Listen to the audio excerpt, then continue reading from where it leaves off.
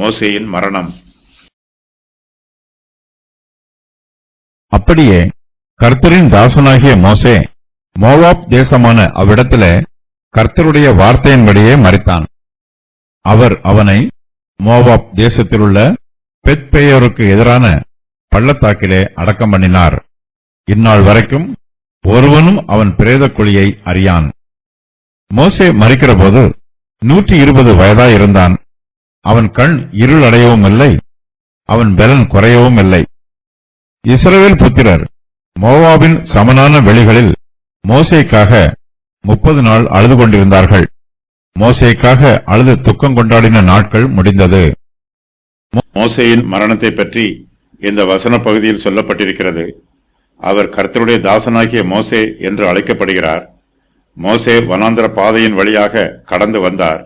அவர் எகிப்து தேசத்திலிருந்து இஸ்ரவேல் ஜனத்தாரை இதுவரையிலும் வழிநடத்தி வந்திருக்கிறார். ஆனாலும் மோசே கானான் தேசத்துக்குள் பிரவேசிப்பதை கர்த்தர் அனுமதிக்கவில்லை.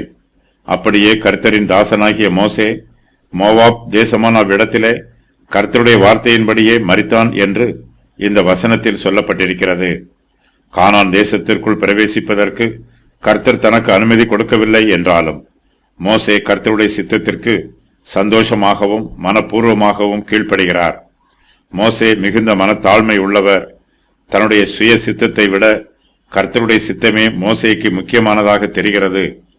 இந்த வசனத்தில் மோசேயை பற்றி சொல்லும்போது கர்த்தரின் தாசனாகிய மோசே என்று சொல்லப்பட்டிருக்கிறது. மோசே நற்குணம் உள்ளவர் மாத்திரமல்ல, கர்த்தருடைய ஊழியக்காரர்கள் எல்லோருமே நற்குணம் உள்ளவர்களாக இருக்க வேண்டும். மோசேயினிடத்தில் நற்குணத்தை விட மேலும் ஒரு விசேஷமான குணம் காணப்படுகிறது. அவர் பிரயோஜனமுள்ள மனுஷனாக இருக்கிறார். கர்த்தருடைய ஊழியக்காரர்கள் அவருக்கு பிரியமுள்ளவர்களாகவும் பிரயோஜனமுள்ளவர்களாகவும் இருக்க வேண்டும். மோசே கர்த்தருக்கு பிரயோஜனமான ஊழியங்களை செய்தார்.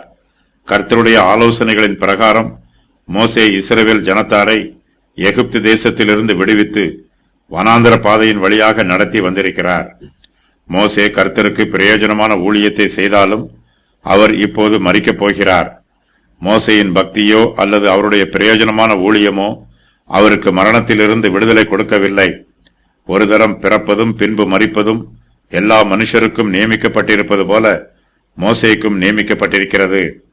உலக பிரகாரமான ஜனங்கள் மரித்து போவது போல கர்த்தருடைய ஊழியக்காரர்களும் ஏற்ற வேளை வரும்போது மரித்து போவார்கள். பரிசுத்தவான்களின் மரணம் கர்த்தருடைய பார்வைக்கு அருமையானதாய் இருக்கிறது. ஊழியக்காரர்கள் மரிக்கும் போது அவர்கள் ஊழியங்களின் பாரங்களில் இருந்தும் உலக பிரகாரமான வேதனைகளில் இருந்தும் விடுவிக்கப்படுகிறார்கள். அவர்கள் நித்திய இளைப்பாறுதலை பெறப்போகிறார்கள். கர்த்தருடைய ஊழியக்காரர்கள் இந்த பூமியிலே கர்த்தருக்காக ஊழியம் செய்தபோது அநேக பாடுகளையும் வேதனைகளையும் உபத்திரவங்களையும் அனுபவித்திருக்கலாம். அவர்கள் மரித்த பின்பு அவர்கள் அனுபவித்த உபத்திரவங்களுக்கு தக்கதாக கர்த்தர் அவர்களுக்கு வெகுமதிகளை கொடுப்பார். ஊழியக்காரர்கள் மரிக்கும் போது அவர்கள் இதுவரையிலும் செய்து வந்த ஊழியங்களை கர்த்தருடைய பிள்ளைகள் தொடர்ந்து செய்ய வேண்டும். மூத்த ஊழியக்காரர்கள் மரிக்கும் போது இளைய ஊழியக்காரர்கள் அவர்களுடைய ஸ்தானத்திலே வந்து கர்த்தருடைய ஊழியத்தை தொடர்ந்து செய்ய வேண்டும். கர்த்தருடைய ஊழியக்காரர்கள் தங்கள் சரீர பிரகாரமாக மரித்து போனாலும் அவர்களுடைய ஊழியம் முடிந்து போவதில்லை. அவர்கள் மரித்த பின்பு இந்த பூமியிலே இருக்க மாட்டார்கள். அவர்கள் கர்த்தரோடு கூட பரலோகத்தில் இருப்பார்கள்.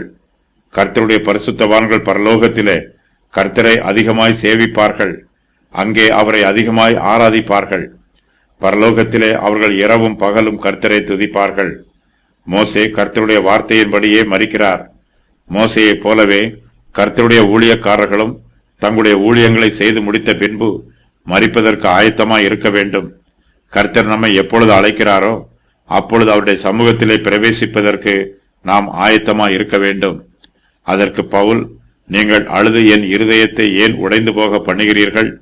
எருசலேமில் நான் கர்த்தராகிய இயேசு கிறிஸ்துவின் நாமத்திற்காக கட்டப்படுவதற்கு மாத்திரமல்ல, மரிப்பதற்கும் ஆயத்தமாய் இருக்கிறேன் என்றான்.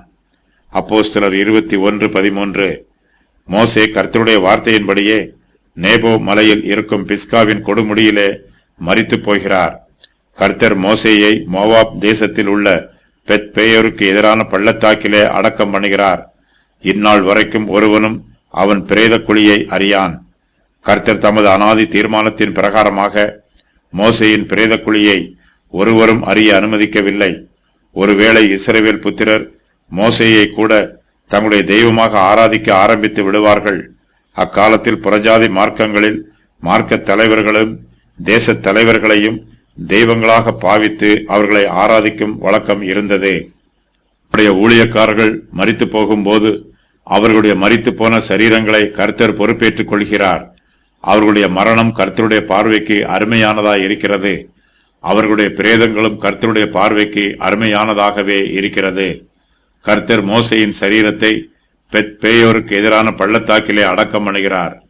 மனுஷனுடைய ஆத்துமா கர்த்தருடைய இளைப்பாறுதலில் தங்கியிருக்கும் போது அந்த மனுஷனுடைய சரீரம் எங்கே எவ்வாறு அடக்கம் பண்ணப்பட்டது என்பது முக்கியமானதல்ல. நம்முடைய சரீரம் அழகான கல்லறையில் அடக்கம் பண்ணப்பட்டிருக்கிறதா என்பதை விட நம்முடைய ஆத்துமா கர்த்தருடைய சமூகத்திலே இளைப்பாறுகிறதா என்பதே மிகவும் முக்கியம். கர்த்தர் மோசேயின் சரீரத்தை பெத் பேயோருக்கு எதிரான பள்ளத்தாக்கிலே அடக்கம் பண்ணுகிறார். ஆனால் மோசேயை அடக்கம் பண்ணப்பட்ட இடம் எது என்பது தெளிவாக தெரியவில்லை. கர்த்தரே இஸ்ரவேல் புத்திரருக்கு அந்த இடத்தை வெளிப்படுத்தாதபடிக்கு மறைத்திருக்கலாம்.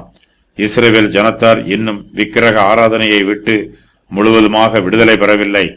அவர்களுடைய இருதயத்தில் இன்னும் விக்கிரக ஆராதனையின் சுவடுகள் காணப்படுகிறது. இஸ்ரவேல் புத்திரர் மோசேயின் மீது மிகுந்த மதிப்பும் மரியாதையும் வைத்திருக்கிறார்கள். அவர்கள் மோசேயின் சரீரத்தை ஒரு விக்கிரமாக பாவித்து அதை ஆராதிப்பதற்கு வாய்ப்புள்ளது. இஸ்ரவேல் ஜனத்தாருக்கு மோசே அடக்கம் பண்ணப்பட்ட இடம் தெரிந்திருந்தால் அவர்கள் அந்த இடத்திலே மோசேக்கு ஒரு ஆலயத்தை கட்டி மோசேயின் மரித்து போன சரீரத்தை ஒரு விக்கிரகமாக ஆராதித்திருப்பார்கள். இஸ்ரவேல் ஜனத்தார் இது போன்ற விக்கிரக ஆராதனைகளில் ஈடுபடக்கூடாது என்பதற்காக கர்த்தர் மோசேயை அடக்கம் பண்ணின இடத்தை அவர்களுக்கு வெளிப்படுத்தாமல் மறைத்து விடுகிறார். மோசே மரிக்கிற போது 120 வயதாய் இருக்கிறார். அவர் கண் இருள் அடையவும் இல்லை, அவர் பலன் குறையவும் இல்லை. மோசேயின் இனத்தாரில் மோசே சீக்கிரமாகவே மரித்து விட்டார். லேவி 137 வயதிலும் கோகாத் 133 வயதிலும் மோசேயின் தகப்பனாகிய அம்ராம் 137 வயதிலும் ஆரோன் 123 வயதிலும் மிரியாம் 126 வயதிலும் மரித்து போனார்கள். மோசே எந்த நாளில் பிறந்தாரோ அதே நாளிலேயே மரித்து போகிறார். அவன் கண் இருள் அடையவும் இல்லை, அவன் பலன் குறையவும் இல்லை என்னும் இந்த சாட்சி இஸ்ரவேல் புத்திரரிடையே இன்றும் பகிர்ந்து கூறப்படுகிறது. மோசே தேவனோடு நெருங்கி ஐக்கியமாக இருந்தார். அவருடைய உபவாசங்கள், அவருடைய ஆவிக்குரிய ஜீவியம் ஆகியவை எல்லாம் சேர்ந்து அவருடைய கண்களை இருள் அடையாமலும் அவருடைய பலனை குறையாமலும் காத்து கொண்டன. இஸ்ரவேலின் முற்பிதாக்களுடைய ஆயுசு காலத்தை கணக்கிடும் போது மோசேயின் 120 வயது என்பது குறைவான வயதுதான். ஆனாலும் தன்னுடைய காலத்தில் உயிரோடு இருந்த ஜனங்களின் ஆயுசு காலத்தை விட மோசேயின் ஆயுசு காலம் அதிகமாய் இருக்கிறது. மோசேயின் 120 வருஷ ஆயுசு காலத்தை 3 பகுதிகளாக பிரிக்கலாம். ஒவ்வொரு பகுதியிலும் 40 வருஷங்கள் இருக்கிறது. மோசே தன்னுடைய முதலாவது 40 வயது வரையிலும் பார்வோனின் அரண்மனையில் ராஜ மேன்மையோடு இருந்தார். மோசே தன்னுடைய இரண்டாவது 40 வருஷ காலத்தில் மீதியான் தேசத்திலே ஆடுகளை மேய்க்கிறவராய் இருந்தார். இக்காலத்தில் அவர் சாதாரண குடியானவனாகவும் தரித்திரனாகவும் இருந்தார். மோசே தன்னுடைய மூன்றாவது 40 வருஷ காலத்தில் யெஷூரனுக்கு ராஜாவாய் இருந்தார். மோசேக்கு இக்காலத்தில் வல்லமையும் கனமும் மதிப்பும் மரியாதையும் உண்டாயிற்று. ஆனாலும் மோசே தன்னுடைய மூன்றாவது 40 வருஷ காலத்தில் பல துன்பங்களையும் வேதனைகளையும் அனுபவித்தார். மோசே 120 வயதில் மரித்ததினால் அவருடைய ஆயுசு காலம் பூரண ஆயுசு காலமாய் இருக்கிறது. அவருக்கு சரீரத்தில் ஒரு குறைவும் ஏற்படவில்லை. அவருடைய முதிர் வயதிலும் சரீரத்தின் அவயவங்கள் எதுவும் செயல்படாமல் பாழாய் போகவில்லை. அவருடைய கண்கள் இருள் அடையவில்லை, அவருடைய பலன் குறைவுபடவும் இல்லை. ஈசாக்கு மரிக்கும் போது அவருடைய கண்கள் இருள் அடைந்தது. ஈசாக்கு முதிர் வயதானதினால் அவன் கண்கள் இருள் அடைந்து பார்வையற்று போன போது அவன் தன் மூத்த குமாரனாகிய ஏசாவை அழைத்து, என் மகனே என்றான். அவன் இதோ இருக்கிறேன் என்றான். ஆதியாகமம் 27:1. யாக்கோபு மரிக்கும் போது அவருடைய கண்களும் இருள் அடைந்திருந்தது. முதிர் வயதினால் இஸ்ரவேலின் கண்கள் மங்கலாய் இருந்தபடியால் அவன் நன்றாய் பார்க்க கூடாது இருந்தது. அவர்களை அவன் அண்டையில் சேரப்பண்ணினான். அப்பொழுது அவன் அவர்களை முத்தம் செய்து அணைத்துக் கொண்டான். ஆதியாகமம் 48:10. இஸ்ரவேல் புத்திரர் மோவாபின் சமனான வெளிகளில் மோசேக்காக 30 நாள் அழுது கொண்டிருக்கிறார்கள். மோசேக்காக அழுது துக்கம் கொண்டாடின நாட்கள் முடிவடைகிறது. இஸ்ரவேல் புத்திரரே மோசேக்காக அழுது கொண்டிருக்கிறார்கள்.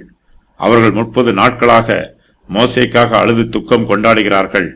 மோசே கர்த்தருடைய சமூகத்திலே இளைப்பாறிக் கொண்டிருந்தாலும் அவரை பிரிந்த வேதனையும் துக்கமும் இஸ்ரவேல் புத்திரருடைய மனதிலே அதிகமாய் இருக்கிறது.